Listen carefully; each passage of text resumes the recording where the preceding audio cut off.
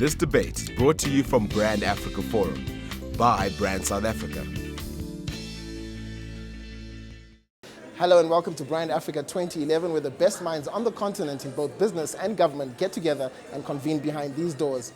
On the agenda, the role of sustainability and governance in building individual country brands. Let's take a look. My name is Jacki Chimanzi and I'm the Deloitte leader for Africa. I run Africa.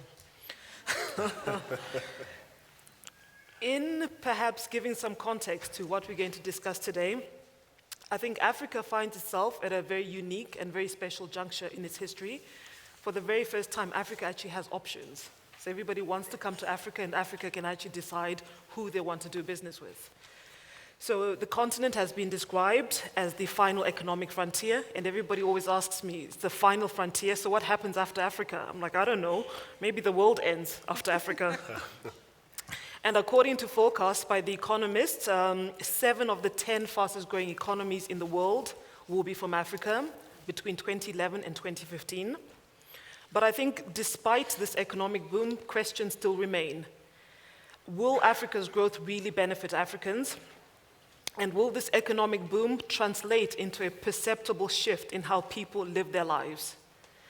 So whilst Africa is on the cusp of realizing her potential, realizing her greatness, the extent to which she realizes her potential will depend on a number of issues. Firstly, the enabling policies that governments put into place to attract the right kind of investment. And I use the word right deliberately because they can be wrong kinds of investments. And I think currently we're seeing investments that don't do much for Africa. Secondly, the extent to which these policies take the issue of sustainability into account. And finally, how the implementation of these policies is governed. With us today to shed light and provide insights into these 3 important and interrelated concepts is a very distinguished panel of decision makers who determine and shape policies in different sectors across the continent. Perhaps you can each just give us a very brief point of view on your thoughts on the issues we are discussing today. Enabling policy, sustainability, governance. How do these issues help Africa move forward? I could start with you, Sulvia. Okay, thank you very much. I just want to say that this issue of sustainability in Africa has been talked about for many, many years. But I think one of the critical things we need to understand as we discuss the issue of sustainability is that we need to look at our populations and identify where is the biggest problem. And I think the biggest challenge we face in Africa is in the issue of agriculture. 80% of Africans depend on agriculture, yet the continent invests less than 4% in this sector. And my thesis is that in order to get sustainability, our continent must really strategically think about investing in agriculture. This is a game changer. And what has happened over the years, governments have made commitments, and I know that Professor Mkandawire is going to be talking about the CADAP commitments. But the truth of the matter, just like our Honorable Prime Minister was saying, is that the crux of the matter is in implementation of programs. There's very, very poor implementation of programs. There's a lot of lip service given to these programs, a lot of great visions out there, great strategy documents, but very little happening on the ground. So my thesis is that if the governments would focus more attention on this very critical area, we would probably be on the pathway towards achieving sustainability. Okay, thank you. Professor Annan. Yes, thank you.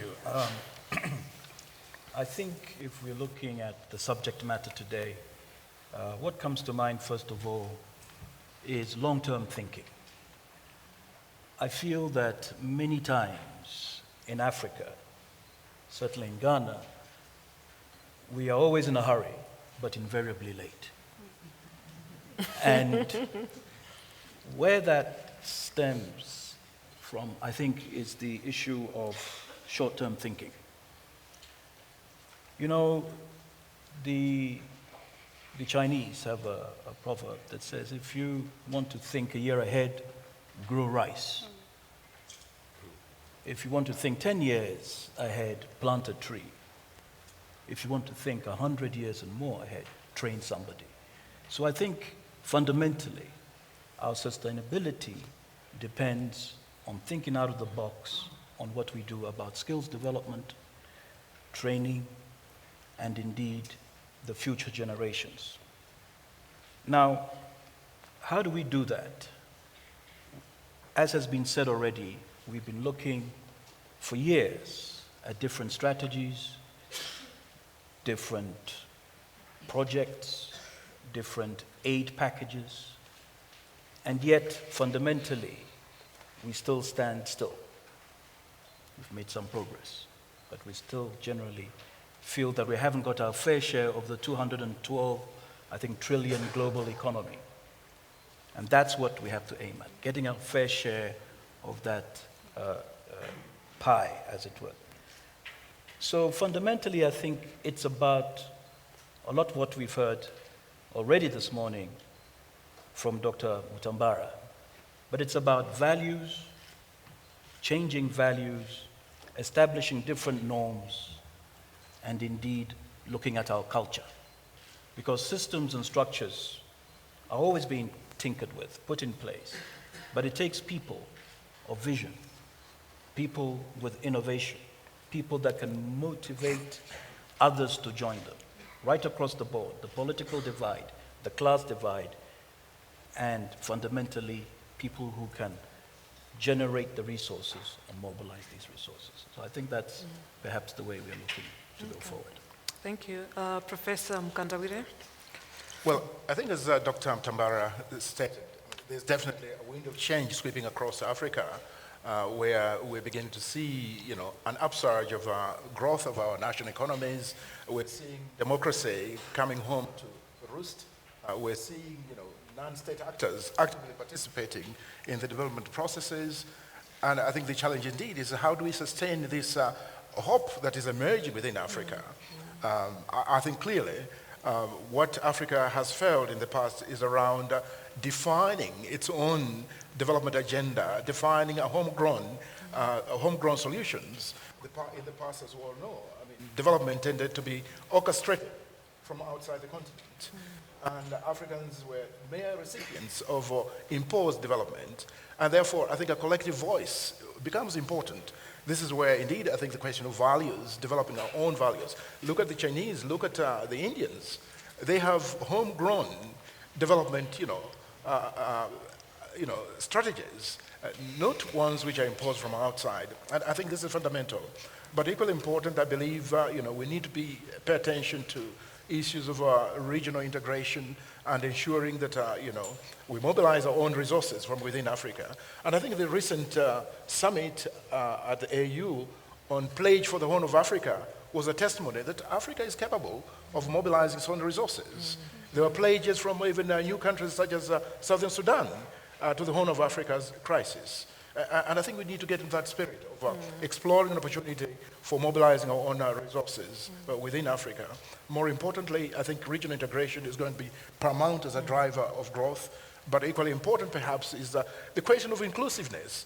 I think our public institutions have failed, and I think the future growth of the continent lies in the role of non-state actors, including the private sector.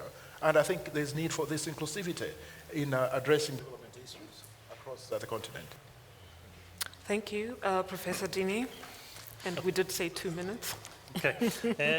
But before addressing the specific question, I'd just like briefly, but very briefly, to pay tribute to the speech made by the Deputy Prime Minister of Zimbabwe, which I'm still stunned. I think it was brilliant and inspiring. I've attended nation branding events like this in other parts of the world, and the usual pattern is the senior politician makes an introductory keynote speech, which drafted by someone else and delivered with no feeling at all, and then that individual leaves and doesn't listen to what anyone else has to say or any dialogue at all. So the fact that the minister is still here, I'm even more impressed.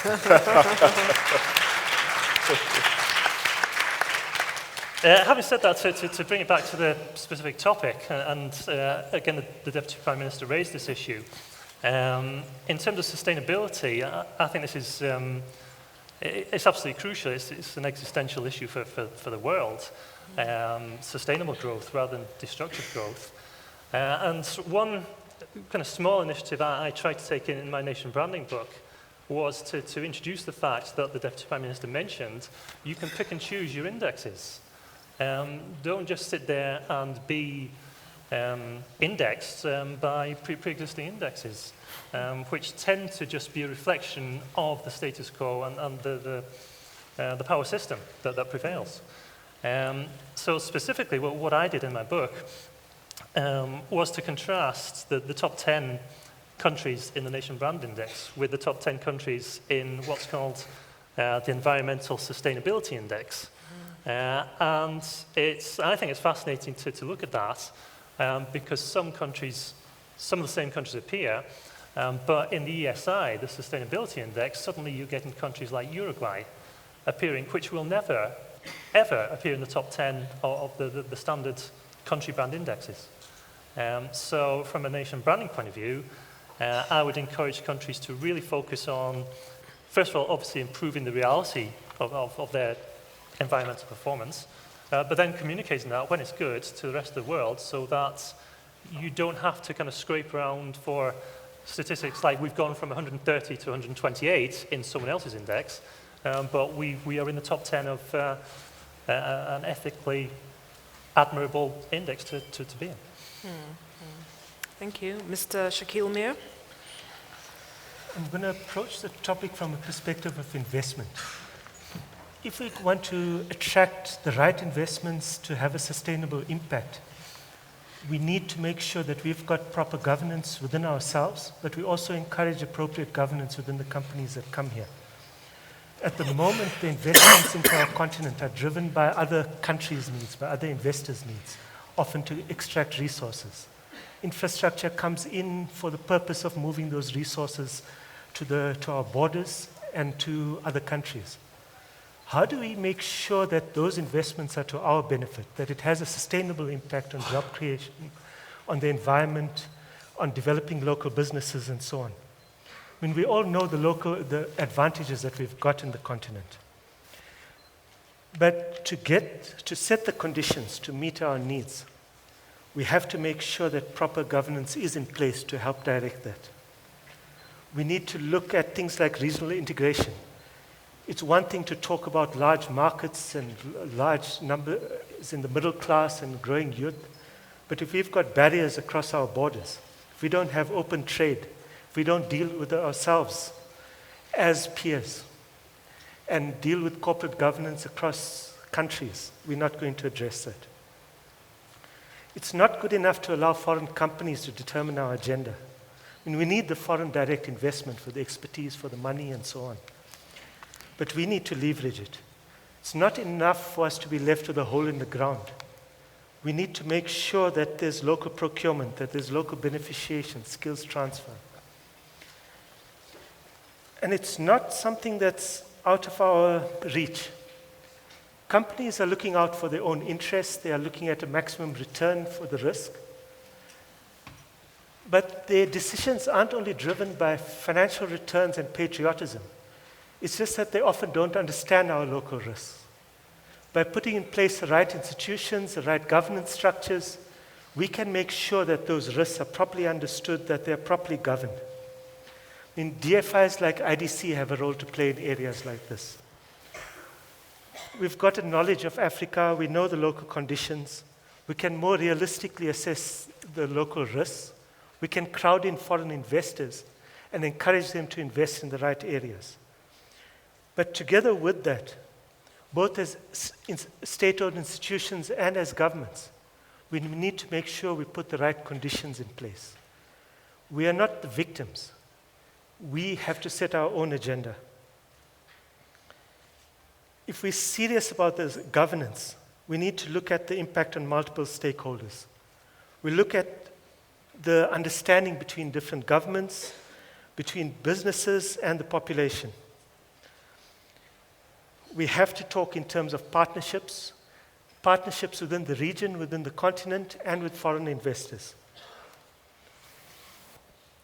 Maybe what's most important is, what do we mean by we when we talk about what we want to achieve? You know, we're talking our personal benefit, or we're talking a political party, a state, a province, the country, our region, our continent. And we need to consider all of this and be very honest and look at wider than our very selfish interests. As Africans, we need a strong self-image. We need to build trust in our brands. We need to build trust in our institutions and our governance structures. When someone's considering an investment, we need to have enough confidence in our skills and knowledge that we can balance the needs of the investors with our needs to have that sustainable impact. Thank you. Mr. Miller Motala, your views on governance, sustainability? Well, thank you, Jacki. Coming at the tail end, I think everything else has been said. And Is that what you said there? Honorable Dr. Mtambara has actually done our work for us. But in all fairness, looking at this particular topic, I would look at it more from the perspective of sustainability and governance. I think to start, we need to realize that on the continent, the different countries are at different stages of development. And so if we're going to talk about the issue of sustainability, it's important that we recognize that there is a great need to move beyond, for an example, reliance on things such as aid. Because in last year's forum, we talked about this issue of moving beyond aid and recognizing the limitations that aid places on sustainable development. So I think that's the first thing that we probably need to look at. And how do we do that? Obviously, for sustainable growth and development, it means that we need to put in place the right governance infrastructure, as has just been said. And it's governance infrastructure in terms of institutions, but also in terms of the policies that we put in place. Thirdly, I think it's a question of a co-created destiny. It's important that we not only look internally for our own homegrown solutions, but that we start to co-create the destiny and the kind of future that we as Africans would like to see. Obviously, this calls for us to move beyond an inward-focused approach in terms of each country also itself, and actually touches on issues that have been raised, such as regional economic integration. Now, this is something that we've talked about for many years, and fortunately now we're starting to see that coming into fruition. And I think what's critical is that we move beyond strategizing, beyond analyzing, and actually move into implementation. And it's encouraging to see that, for example, with the free trade area, African countries are moving in that direction. So I would say it's really the issue of the governance infrastructure. It's the issue of thinking outside the limitations of aid and saying, how do we start to develop our own countries? And thirdly, to say, there is a process of co-creation that all countries on the continent need to start focusing on. And regional economic integration, for me, is one of the kind of low-hanging fruits, although a very challenging process. But that process would contribute to far more economic development on the continent. Thank you. Okay, thank you so much for that. My first question goes to Dr. Annan as the Deputy Minister of Trade in Ghana. So Ghana is the big story. You discovered oil. Your GDP growth is, depending on which sources, sometimes 11%, sometimes 14%. And I think more recently, the ADB has revised the African growth forecasts in light of this anticipated recession that's coming along. But despite that, Ghana's GDP has actually been revised upwards, not downwards.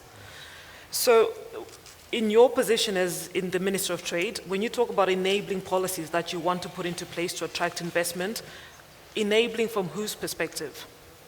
And I'm assuming that you've got so many different stakeholders, you're trying to juggle so many different interests. You've got the big multinational oil companies, you've got the local communities, you've got the small, medium enterprises. So how do you juggle all those competing interests? And who's the loser ultimately? Well, I think first of all, Jacki, let me say, there mustn't be a loser. We are clearly trying to work with a win-win situation as our economy develops and grows. You've said it. I think one of the sources put Ghana as the fastest growing economy in the world.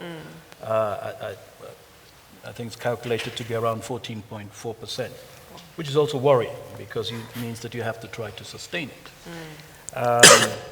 You mentioned oil and gas. Oil and gas has come on stream, but we are making strenuous efforts, as it were, to ignore it, to avoid ultimately the Dutch disease, which is something that has crept up for many oil-producing countries. But just to say that the growth we are experiencing, thankfully, is not all due to the oil. In the fourth quarter of last year, for example, manufacturing grew by about 18%. And our GDP of now a modest 31.5 billion is made up of 51% odd of services. And agriculture has come down to about 30%. But in answer to your question, what we've tried to do to make sure that there is a win-win across the board is really to furiously look at the policy environment. Since 2009, when the government of Professor Jonathan Mills came into being, we've done a number of things. First of all, our manifesto promise was for a better Ghana, which, as we've heard today, was as inclusive as possible as you can get within an African context of politics. And I think the first move by the president and the government was to avoid anything called a witch hunt. So there was this immediate change because economic activity depends on sustainability and regular follow-up. So when there's a change of government, there's always a concern in Africa that, oh, let's hold back on investment, let's wait and see what happens. We try to allay the fears of both domestic and international investors. And in fact, we're already coming up to another election next year. I was recently in New York, and the question was, oh, what shall we do? Ghana's going through an election cycle. You see, the challenge of the democratic process, if you're not careful, will lead to this short-termism. That is why I tried to underscore in my first remarks the importance about taking a long-term view. Now, the policy context has been really private sector development. We've managed to get the private sector to gain confidence, but not just the international private sector, but really focused on local micro, medium, and small-scale enterprises. And a number of policies and strategies have been put in place for them to come up, to be able to benefit from the larger global investments that are coming on stream. But let me also say that in terms of focus, we are looking at what we do best, what we've done for a long time, and looking at the value chain in specific, with specific reference to agriculture. How do we add value to agriculture? In fact, my visit here has been accompanied by visits to look in South Africa at the value addition to the agricultural chain, and so on and so forth. I've just come from Cape Town to look at a number of these quite important fruitiers and exporters. So what it is that you take a look at the people, a long-term look at what's going to create jobs for ordinary people, to grow the middle class, as it were, how we keep focus on investors coming in to negotiate across the table on a more equal basis, and to take advantage of perhaps the slight disillusionment in globalization. That is what makes it our time to be able to have these benefits percolate to every individual and every small-scale enterprise in the country. Okay, thank you for that. The next question is for Professor Dinnie. You've done extensive work in country branding. You've done a lot of work in the former Eastern Bloc countries, Hungary, Czech Republic, Poland. What are some of the practical learnings that Africa could derive from these?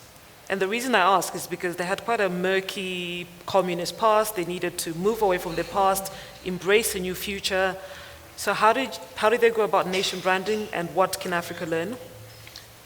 Okay, that part of the world, Central and Eastern Europe, it is a challenging area for countries that are branding themselves. For example, most of my research was done in Tokyo at the embassies of various countries there.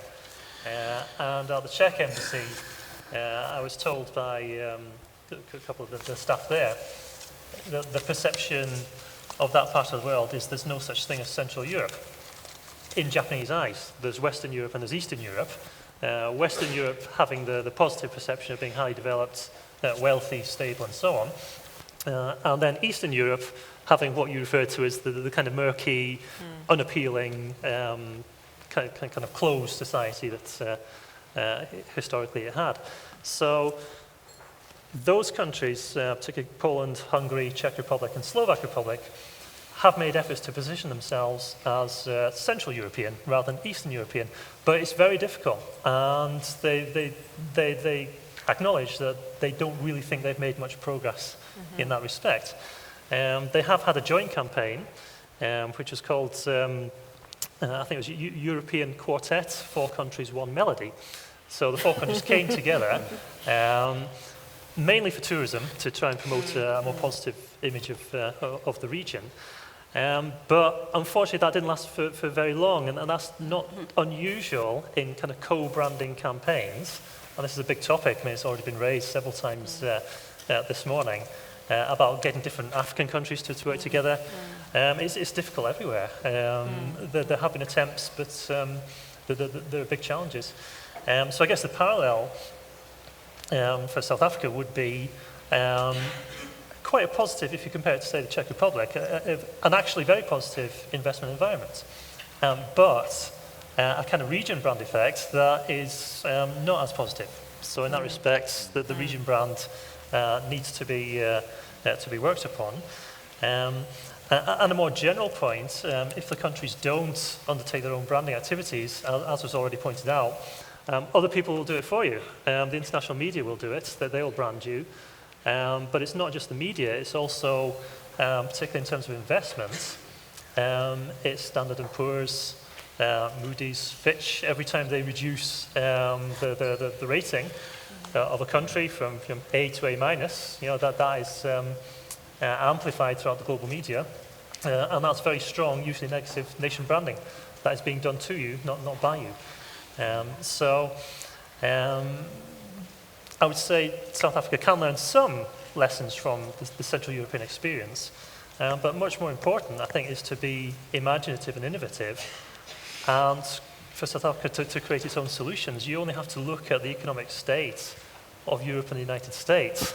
That's hardly a role model to be looking at. So I really think the emerging nations, the BRIC nations, plus also many parts of the Arab world with the developments this year, I think we're going to see some exciting initiatives from some surprising sources. We're going for a short commercial break. More on Brand Africa 2011 when we come back.